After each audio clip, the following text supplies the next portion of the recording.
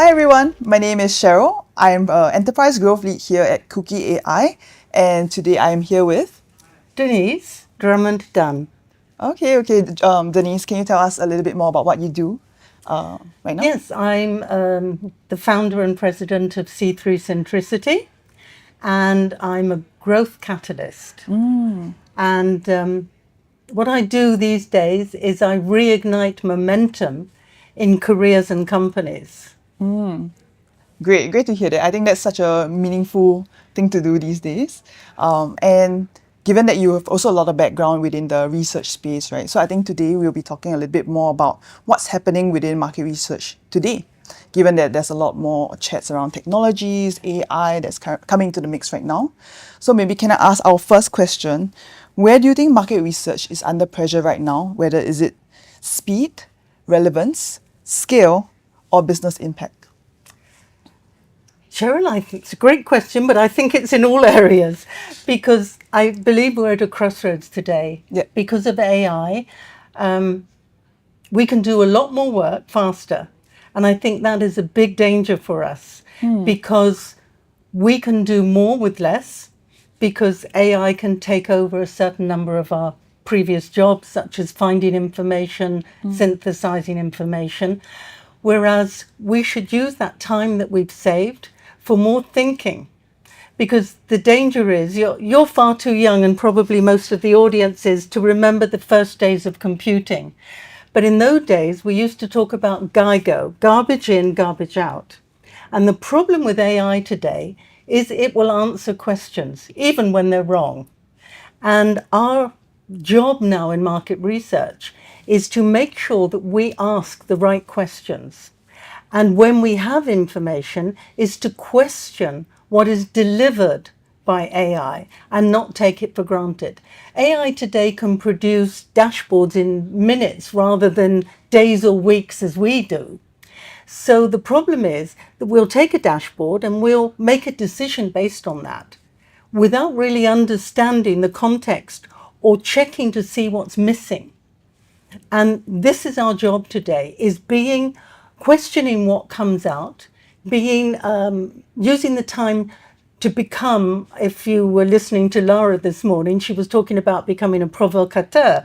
And I like that idea that we need to use that time to think, but also to ask the awkward questions, whether that's back to AI or management. So I think in all areas, market research will change, and it has to change, because if we don't use AI as augmenting our intelligence, it just becomes faster reporting. Love that. I think I like what you say around like providing context, because generally if you just accept whatever answer that AI gives to you, as in we already know that it gives us a lot of speed, it doesn't necessarily give us the right output that we might be looking for all the time. So we cannot put heavy reliance on it. We still, humans still have a major part to play, right? It should be our tool that we should use to supercharge us, right, to do our daily jobs as researchers. So I think I think there's still a lot of importance in the aspect, right? Feeding it and taking a lot more ownership of like using these types of tools the right way. Absolutely. And the problem is, as I said, is AI will always give us answers, Yes. whatever question we ask, even when the question's wrong. So we have to be sure that what we're asking is relevant and adds understanding to what we already know. So use AI for what it's good at, which is synthesizing, developing charts, summary reports, but then use what we're good at, which is understanding the emotions that change consumer behavior, and then to really stress test the ideas coming out of AI. Does it make sense? What do we now do with this information? How does the business have to change? Instead of just taking what AI tells us and doing it.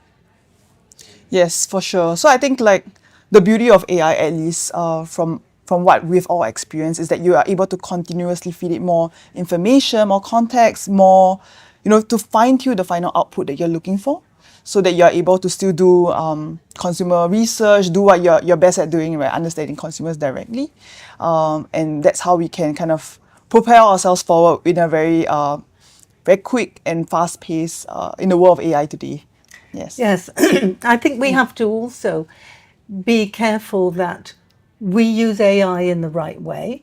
And then, as I said, we augment it with our understanding. Yes. Because there are some things AI can't do. And we have built up from our experience things such as empathy and sense making that become so vital. And if we don't question what AI produces, I think we lose a lot of the potential of AI to support us, as I said, bringing this augmented intelligence rather than just using it as a faster reporting machine. So I think we have to be very careful about making sure we add to what AI produces and not take AI as it stands. For sure, for sure. Great. Okay. So thanks, Denyse. I think we will move on to our next question.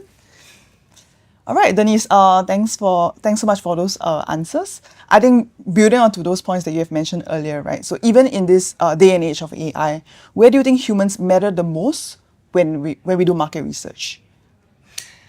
I think, as I mentioned before, we have certain skills that are not soft skills. They're very important for keeping AI honest and, to be honest, market research in their jobs. Because if we only rely on it as faster reporting, AI is going to replace us. If we limit to data and analysis, AI can do it faster than we can. Yeah. So I think it's important that we make sure that we are always adding to what we get from AI. And I think it's become today an opportunity, especially for qualitative research, because quite often it's the qualitative that is the sense maker to what AI produces. Because AI can produce, as I said, analysis and summaries, etc. But then it's humans that notice the emotions and the sentiments that consumers have when they're buying, when they're talking about certain brands.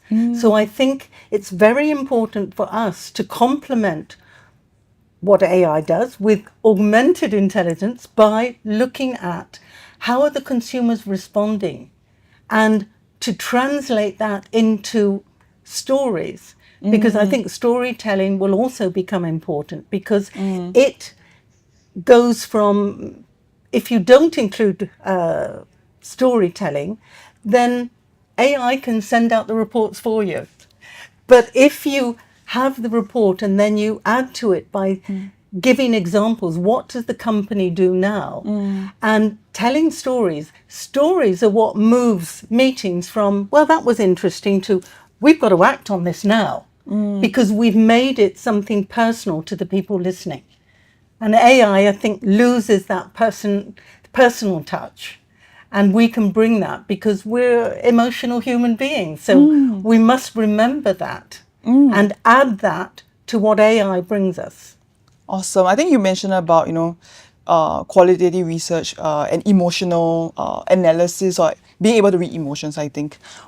What if we say, like, today, AI is able to do emotional analysis for us? What do you think about this statement? I think AI can identify sentiment, but I think we understand what's behind. We understand the emotions of whether somebody's, for instance, if I say yes, I could say yes or yes. There are so many ways of saying yes. And certainly today, AI is not picking up those different emotions. And I think that it's vital that we understand and we use that sense making to understand what we are seeing, because AI won't pick up. For instance, if you ask me a question and I answer immediately, that's fine. But if I pause for a second, why am I pausing? Am I pausing because I don't understand? Because I'm confused? If somebody picks up a pack in a shelf and turns it over and puts it back, AI will record that as they rejected it. But in fact, putting the pack back on the shelf could mean I didn't understand, or the information I was looking for was not on that pack. So making sense of what AI is noting, you're right. AI can analyze video, but again, adding the sense to what it's seeing, I think it's still many years out. Ooh, okay. I think later I can give you a demo of what Cookiy can do for emotional analysis. But I think you're right? It's not just like what you say or like maybe just small expression. It's a combination of all of these factors, right? Sometimes your eyebrow twitching or like your mouth smiling or even the tone of how you deliver, like certain messages. Actually, at Cookiy, we are doing that already. So I'm gonna get you on that. I have had a look already, and I'm fascinated by how far you've come. I think you're far ahead of any other company to date. And as I said, I'm speaking from where AI is today. I don't know how fast we'll get there because I still believe humans have something to add. For sure. So whatever AI can analyze, and I remember I've worked with companies in the old days of eye tracking and such like. But again, what people were looking at is only one part of the story.